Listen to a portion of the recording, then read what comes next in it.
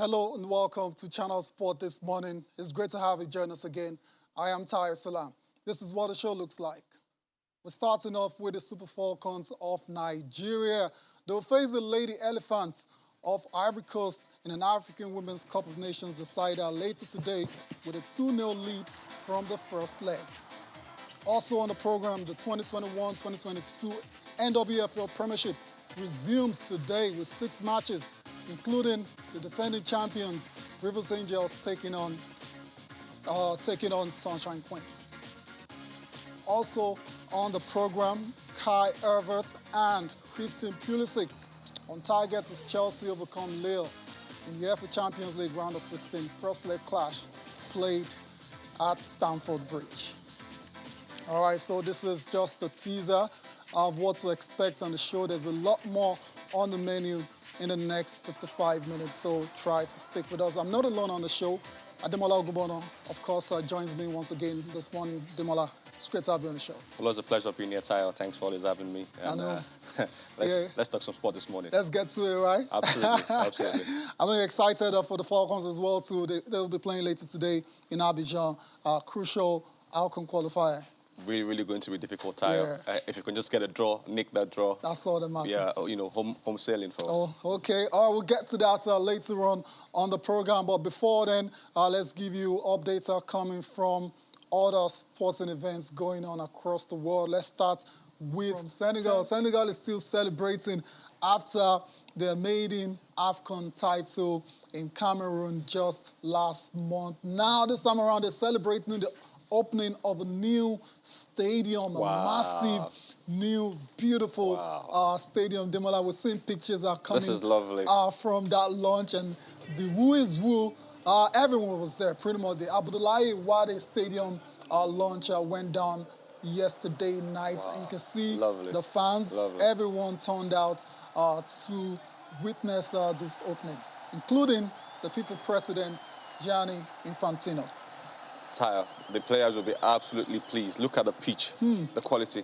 But Looks then great. again, as it's commonplace here in Africa, maintenance is the key word here. Can they continue to maintain this? I mean, obviously, this is top-notch, football pitch. Yeah. Lovely. Because this is where the business of the day is being done. And look at the pitch. This is fantastic. Maintenance for me is key. And if they can have 1 or 2 more of this, in and around Africa, with the support of FIFA, of course, I mean, fantastic for African football. Fantastic indeed for African football. You've seen all the dignitaries that were there, including the FIFA president, Gianni Infantino. There's also African soccer greats like Didier Drogba, Samuel Eto'o, and, of course, Nigeria's JJ Okocha, who was actually featured in the novelty opening match as well. So we're about to see the official ceremonial kickoff at the stadium. And that's the lineup of the 2 teams that faced off against each other at this opening of this beautiful stadium. JJ Okocha featured, like I said, and we also saw the likes of Kalilu Fadiga. It was good to see Fadiga play in this one. The stadium is named after former President Abdoulaye Wade. It's Senegal's latest high-profile infrastructure project. Basketball arena across the street from the stadium was also completed. That was in 2018. And the 1.3 billion commuter railway was inaugurated in December. That's Didier, right? Yeah. I mean, this guy still looked very fit. Eto'o as well there. Samuel Eto'o was there as well. So the only difference with this guy is, I mean, look at JJ. JJ can still mix it with the best. Only difference with these players is that they're carrying a bit of timber. Nowadays, that's Kalilu Fadiga with that strike. Beautiful. What a goal. Wow. Of course, Senegal, they know how to And that was their celebration at the 1998 World Cup when they scored against France. That celebration right there. You remember that one, right? I remember. Fantastic. All right, so that's it from the launching and the opening of the Abdoulaye Wade Stadium in Senegal. The stadium is scheduled to host the Summer Youth Olympics in 2026. All right, so that's it for Senegal. Still talking about facilities and opening. Let's come to Nigeria, where a multi-purpose sports complex has been commissioned at the National Institute for Policy and Strategic Studies, CRU, in just north central Nigeria. The sports complex, which is named after the late Director General of the Institute, comprises of mini stadiums as well as a basketball court, tennis court, volleyball and handball court with pavilions for spectators, as you can see. Chief of Defense Staff General Lucky Rabo, who represented President Muhammadu Buhari to commission the complex, urged participants at the Institute to take full advantage of the sporting facilities to the fullest to keep fit and healthy after strenuous academic activities. Sports complex is not only for the usage of participants, but will also be useful to the community and the development of sporting activities in the state and beyond. Value addition is indeed what everyone should desire to achieve. That you identify a need in your community and meet that need. There's nothing that is so gladdening than such a disposition. As I believe that as the Senior Executive Course 44 begin their course today, I think they should draw inspiration from what Chief Aleto along with his colleagues have done here, such that going forward, the beautiful institute community and environment will be further beautified, and of course we'll see edifices that indeed meet the requirement for such a national institute such as this. The institute have a guest house, a well-managed guest house, which was donated by the central bank, and I felt the only way I could contribute to this laudable project of the institute and Nigeria in general was to do a sporting complex whereby all our players, in terms of all the games, be it handball, be it volleyball, they can come here, do what they need to do, and since there's already a facility that can house them, it makes it easy, and the environment is well secured, and then it will not only be useful to only the participants, but it will be useful to the entire Nigeria at large. The importance of sports, physical, mental, cannot be overemphasized, so it's good to see the opening of that multi-sports complex right there at the National Institute for Policy and Strategic Studies in Kuru, that's in Jos, North Central Nigeria. Let's get on with the show, and it's time to talk about the Falcons of Nigeria. It's today, finally, they will know if they will be qualifying for the Africa Women's Cup of Nations when they take on Cote d'Ivoire in the second leg of the final round of qualifiers in Abidjan. The Falcons have a 2-0 first leg lead. Pictures are coming from Abidjan right there, where the Falcons have been feeling the turf at the stadium where they will play the game.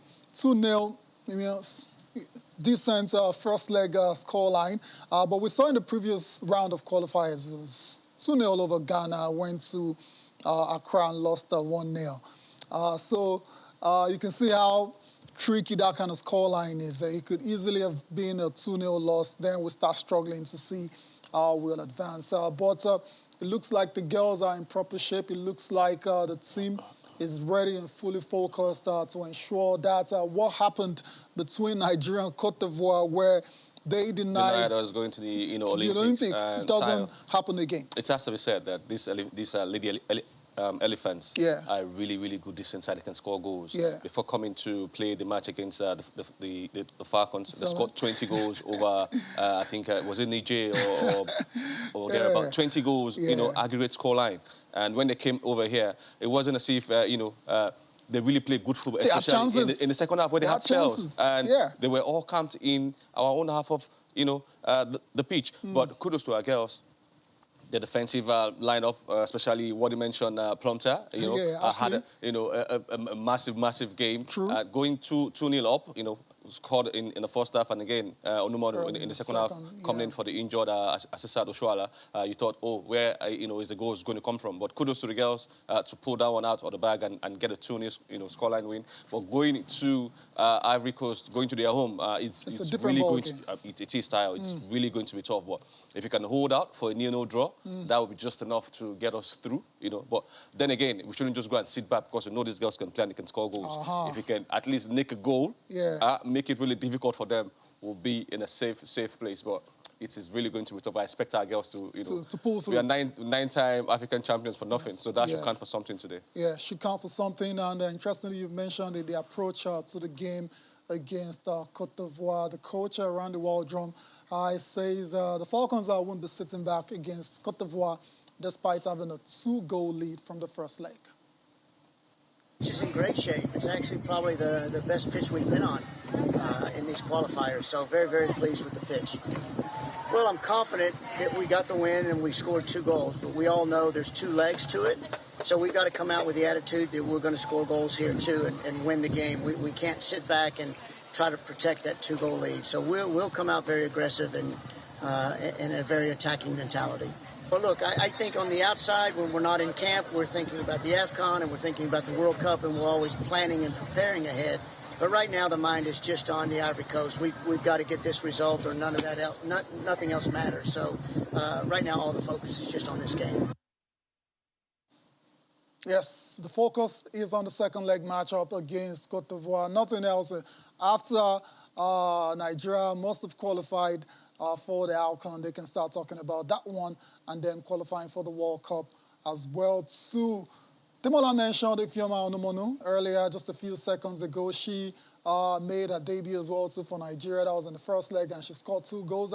Nigeria will be banking on her to do just the same later today against the Lady Elephants. She's been speaking ahead of that game.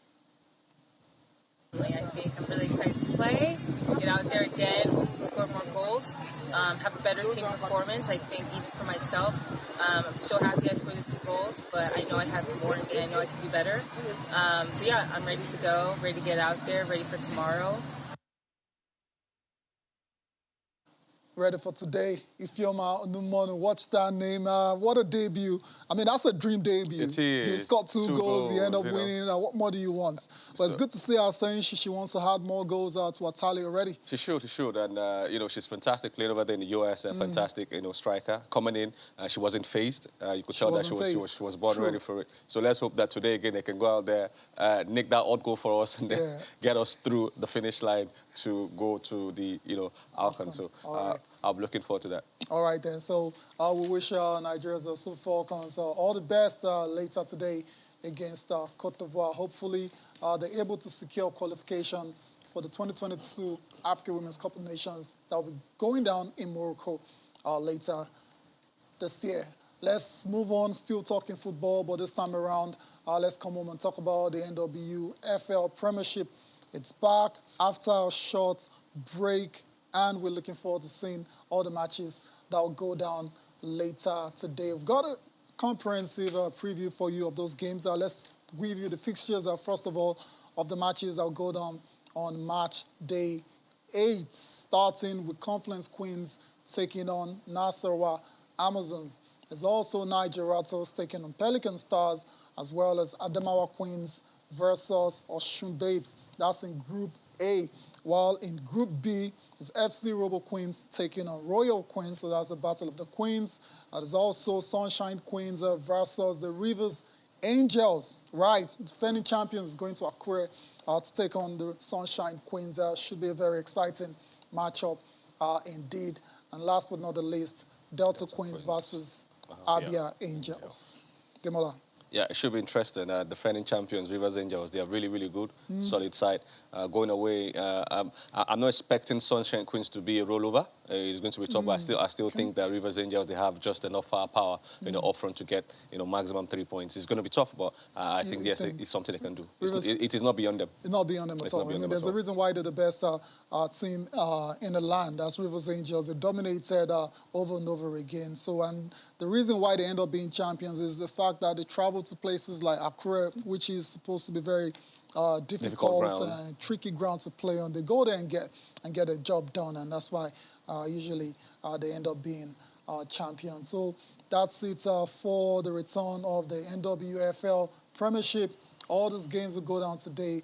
You can be sure to join us on the show tomorrow for all the updates, action and reaction coming from those games. We need to go on a break now. When we come back, there's still a lot more on Sport This Morning. Stay tuned. Education is very, very important. We keep learning every day. Now we're here to know more about how to run the game of football. Definitely all that we have benefited here will now be put in practice, and someday we'll get there. We need to restructure our teams.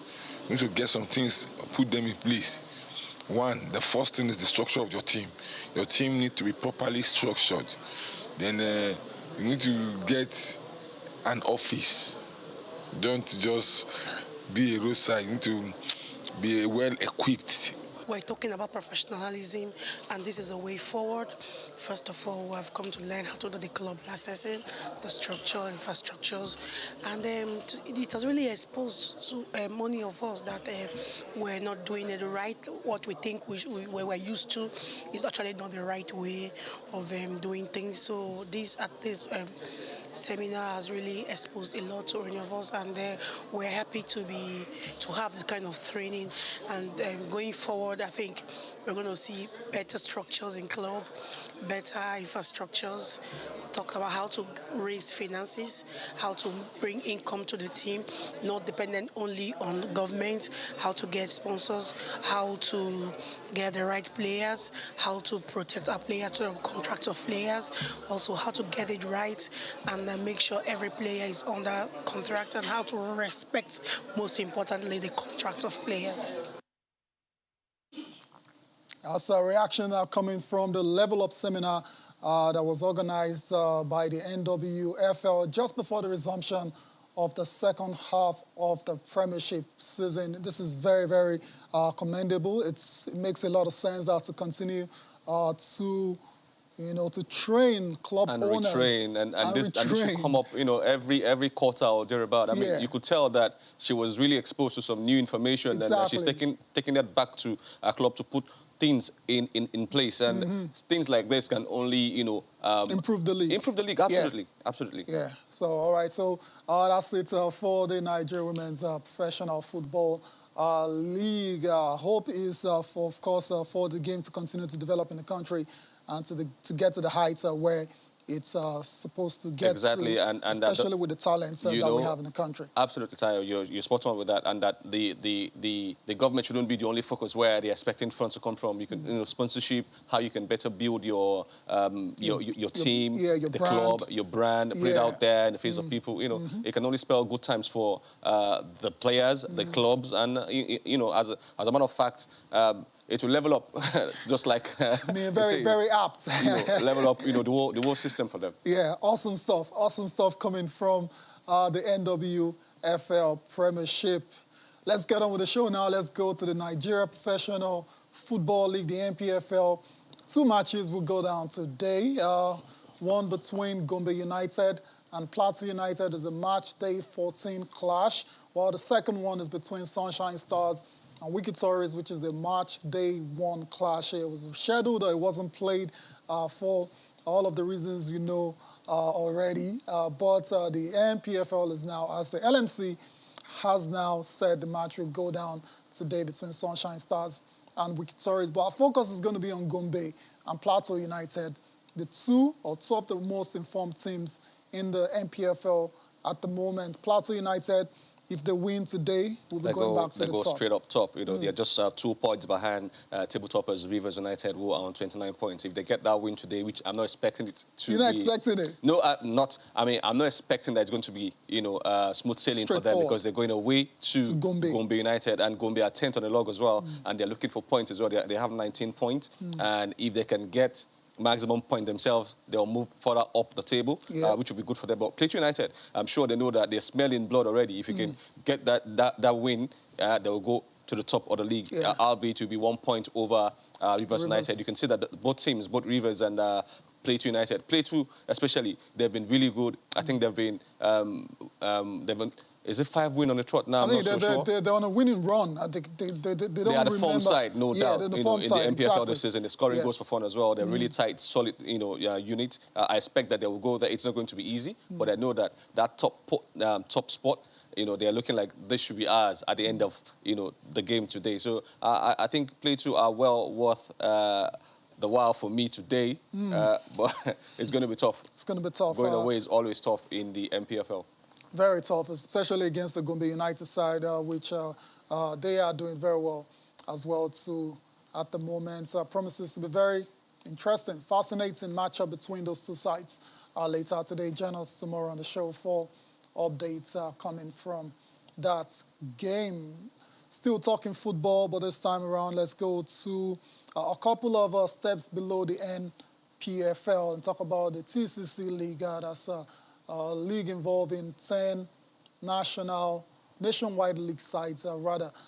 They have their fixtures today as well, to matchday 10 fixtures between Broad City and the Gomu FC.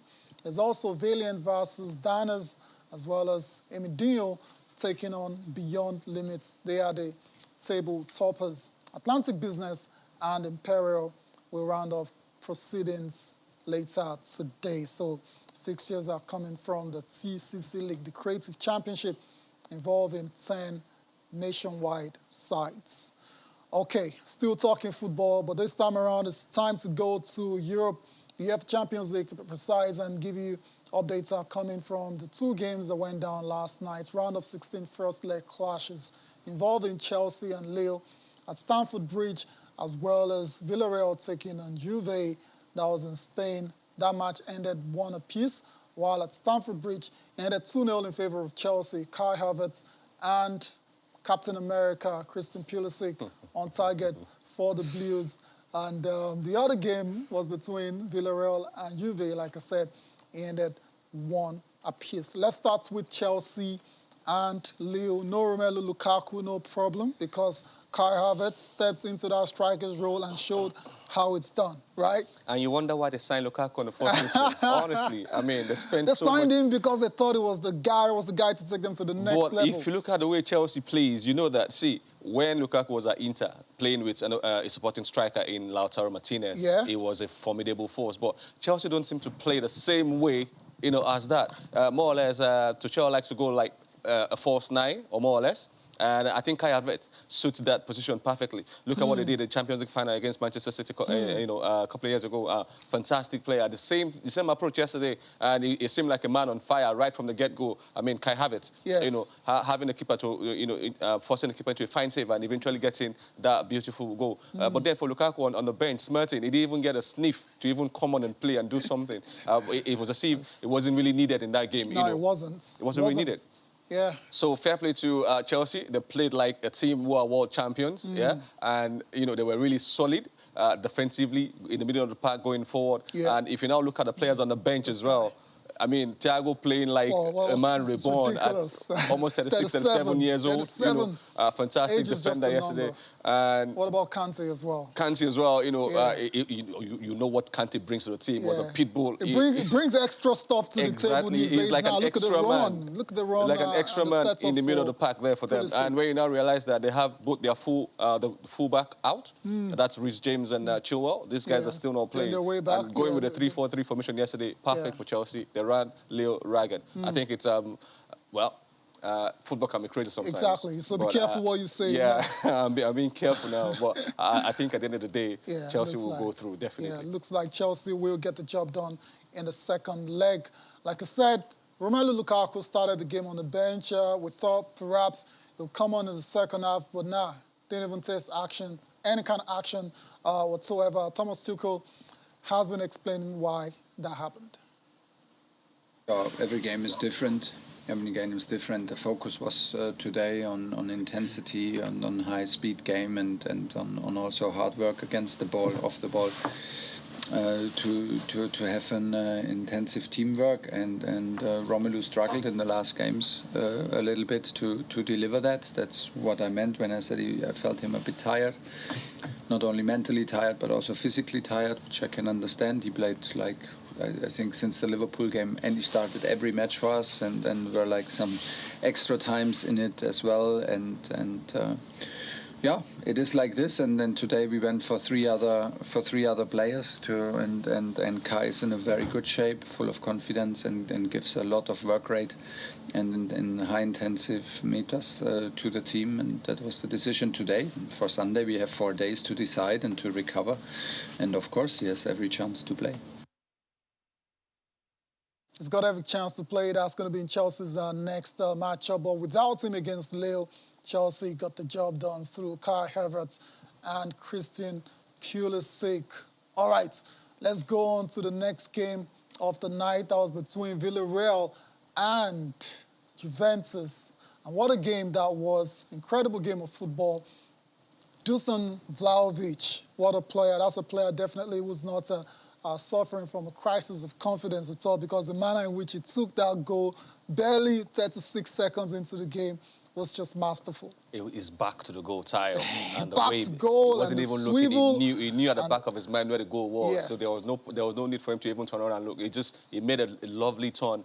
Keeper didn't even see that. Before, as the ball was coming to him, I was shouting goal already. And the way he put the ball down, massive turn, keeper had no chance. No chance. I mean, 36 seconds. Yes. What a way to introduce yourself to the Champions League and to score in your first goal for Juventus. It seems like money well spent. Looks that way. Juve, fantastic pass, by the way, by Danilo, who spotted the run of Vlahovic to create that goal. Yes. But then the second half, I think it was all Villarreal. Our own man, Chukwueze. I expected more from him. Huffed and puffed, didn't do much. But then he thought he had given an assist, but the keeper was well placed to make a good recovery. But then shambolic defending by Juventus by their high standard to just let Dani Parejo unmarked totally, and he just had a free go at the goalkeeper and made it 1-1. So they have a lot to play for going back to Turin in a couple of weeks. I still think Juve should have enough firepower to still go through, especially with that man in front there, Vlahovic. Money well spent, you have to agree. So Juve, I hope that yes, they can go through, but it's not going to be easy. Yeah, they have to go there and earn it. Yeah, the ties are delicately poised, no doubt about it. It's pretty much half time between Villarreal and Juventus. Action will continue today in the UEFA Champions League round of 16 first leg clashes. Obviously, the big matchup is between Manchester United and Atletico Madrid in Madrid. What a game that promises to be. We also have Benfica taking on Ajax Amsterdam. Of course, it's only right to focus on Manchester United versus Atletico Madrid, despite not winning any major trophies in the last few years. United still remain a big side, in name, and so they still command a lot of, attract a lot of eyeballs across the world. So we're going to focus on their matchup against Atletico Madrid right about now. And they won their last game against Leeds United. Before that, Demola, they also won a game, but they've drawn a couple in between that as well too. But the bottom line and the general consensus seems to be that United, despite all of their talent, all their quality, they're still not convincing.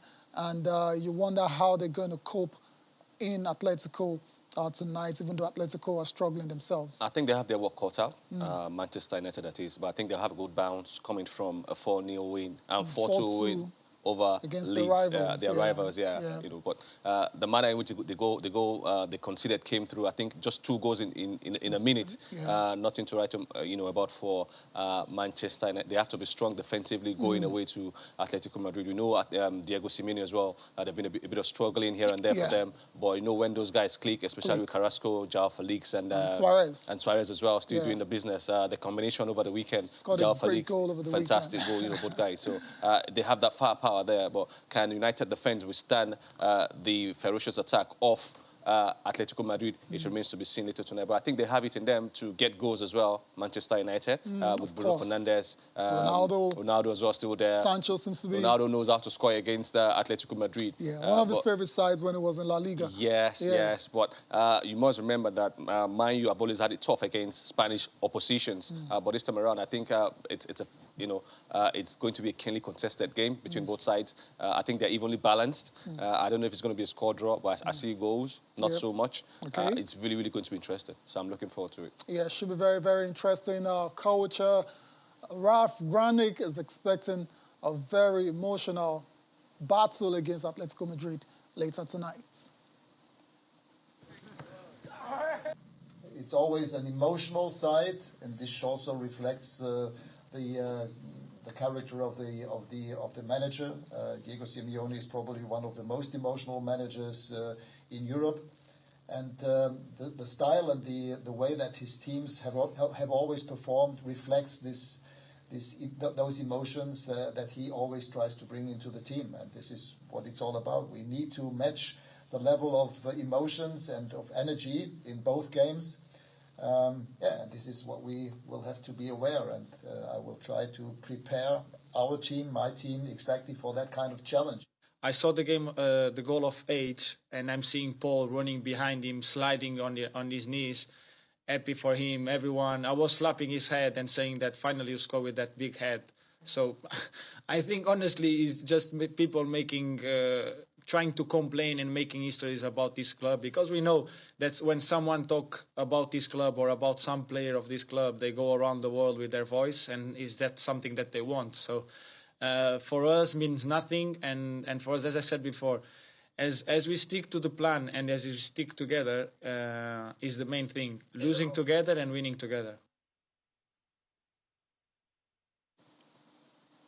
Very clear message coming from Bruno Fernandes. So there's no problems whatsoever in the United camp. We're all united. And forget the reports are emanating from the British media.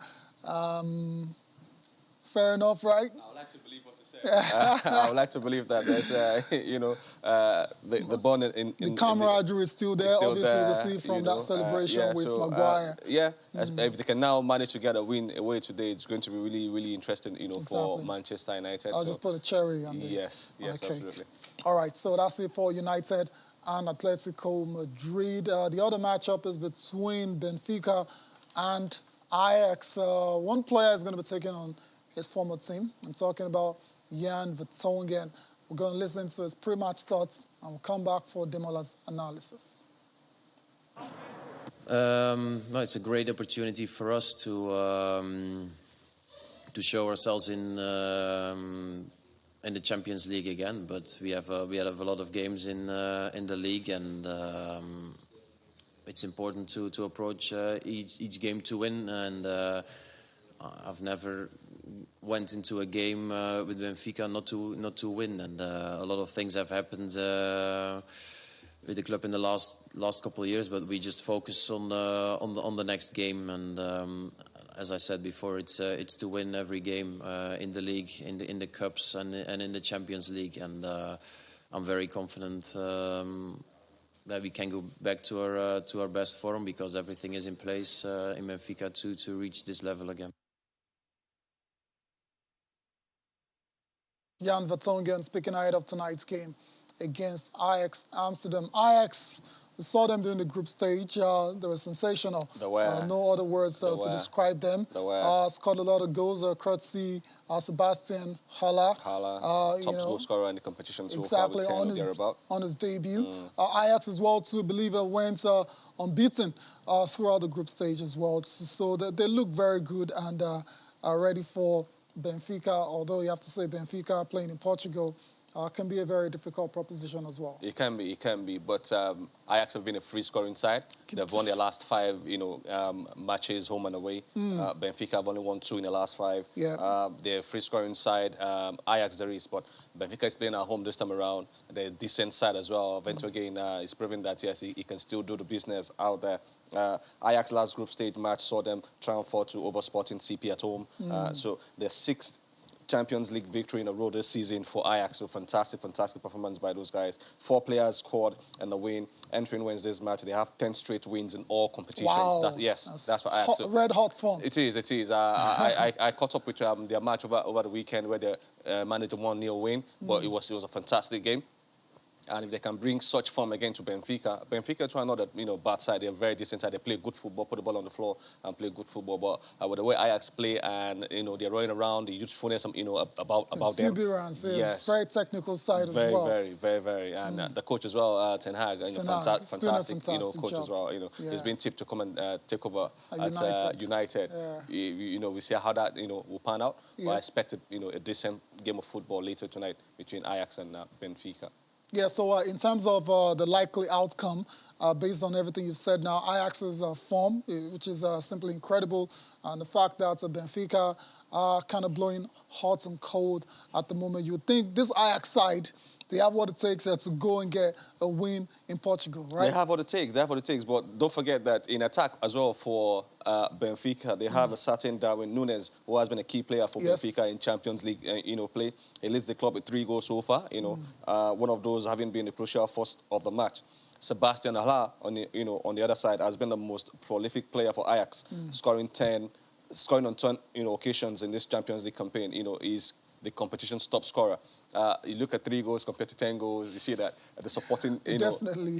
So I think Ajax will be body winners later today. They're playing away, it's going to be tough, but I still expect them to, nick that win. Yes, a win. Yes. A win. All right, so we'll see how that game pans out as well tonight. Of course, you can always join us on the show tomorrow for the action and reaction coming from the matches that will be played tonight in the UEFA Champions League round of 16 first leg clashes. We need to go on a break now. When we come back, we'll be rounding off the show.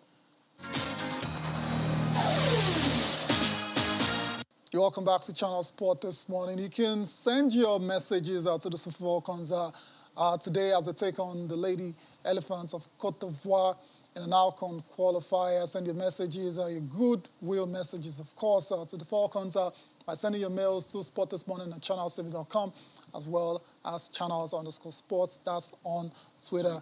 Also, you can want to send your predictions on the UEFA Champions League matches for tonight as well. I'll be glad to take them before the show is over. Before we take a look at the papers, let's quickly tell you there's a massive game that could have a massive bearing on the Premier League title race tonight. Liverpool will be taking on Leeds United later tonight, and if they win that game, they'll be closing the gap on Man City to 3 points. There's no doubt that Manchester City will feel the heat coming from a very formidable Liverpool side. They've gotten very, very nice reinforcements. I've forgotten his name now. Luis Diaz, fantastic. The players got his first goal of the weekend. Scored his goal as well. But then for Leeds, Marcelo Bielsa, I think Leeds they've been decent, no doubt, but I think they're missing their striker, Patrick Bamford, over time now, I think for over 2 months or thereabout. He came back again, went off again. And they had to go off again. But then you saw the way they played against Manchester United over the weekend. They weren't bad, but then Man U came back stronger and won that game. But now going to Liverpool, Liverpool playing at home in front of the fans, they are always a formidable side. Free scoring sides, Mo Salah, Sadio Mane. Diogo Jota is out, but Luis Diaz easily comes in, steps in, and there's still Firmino there, the old guard. And then in the midfield as well, the defensive, solidity is still there. The goalkeeper, defensive structure, solid. You expect maximum point from Liverpool tonight. And I feel for Man City because some thought they are runaway winners of the league already. Yeah. I haven't had that, mindset a couple of months back, but seeing the way Liverpool have come back around now and haunting them is really, really going to be interesting going forward. Yeah, it's exciting times for the Premier League. I mean, this is what the neutrals want to see. Absolutely. You don't want a league being dominated by one side year in, year out. Nobody wants that. Exactly. And Liverpool have done their part, which is to keep winning. And hope that Man City drop points, which are characteristically City have done, especially in the last game against Tottenham, where they just looked off colour. That was a game for the ages, Tyre. It was a hurricane show on that day, and you could see what that meant to Tottenham and their coach, especially Antonio Conte. You could see the jubilation and the way he ran and all that. It was a tough match for Manchester City, no doubt. They will feel the heat coming from Liverpool, and they still get to play Liverpool as well. Yeah, so it's going to be a title decider, sort of, between those two guys. So if you look at the gap between third place Chelsea, who I think have... No, they don't have a game in hand. They have a game in hand over Manchester City. They are way back in 50.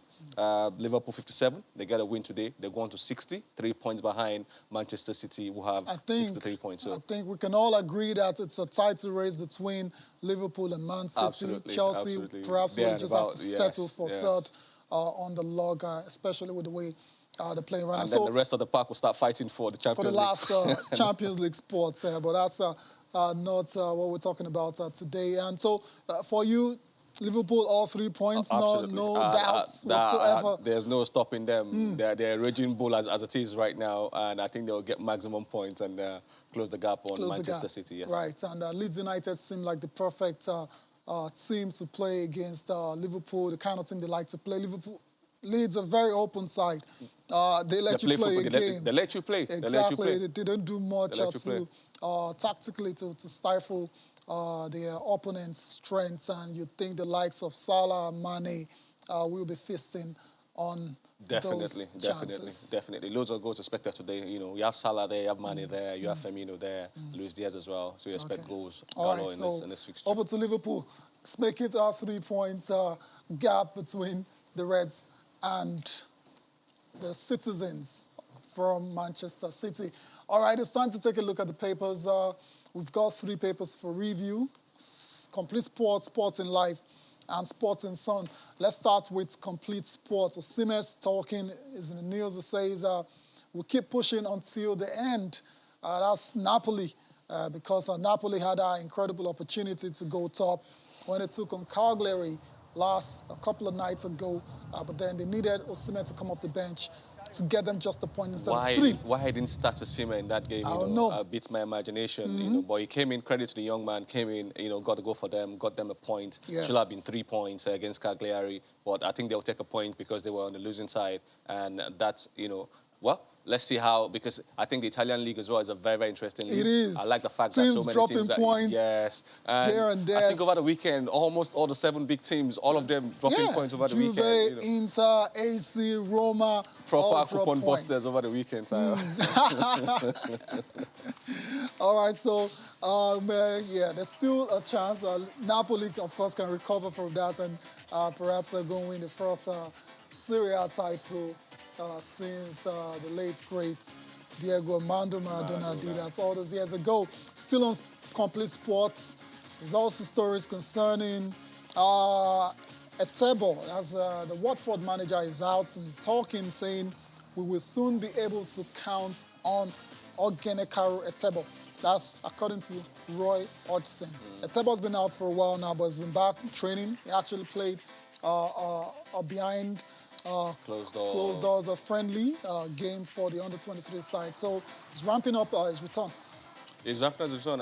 It's sad that he's been out for a while, through injury. But let's see what he can bring back to the team, especially to the Eagles, if he can still make it count for us, going forward for Nigeria and then for his club as well. So good one for the young man. All right, stories concerning Harry Kane.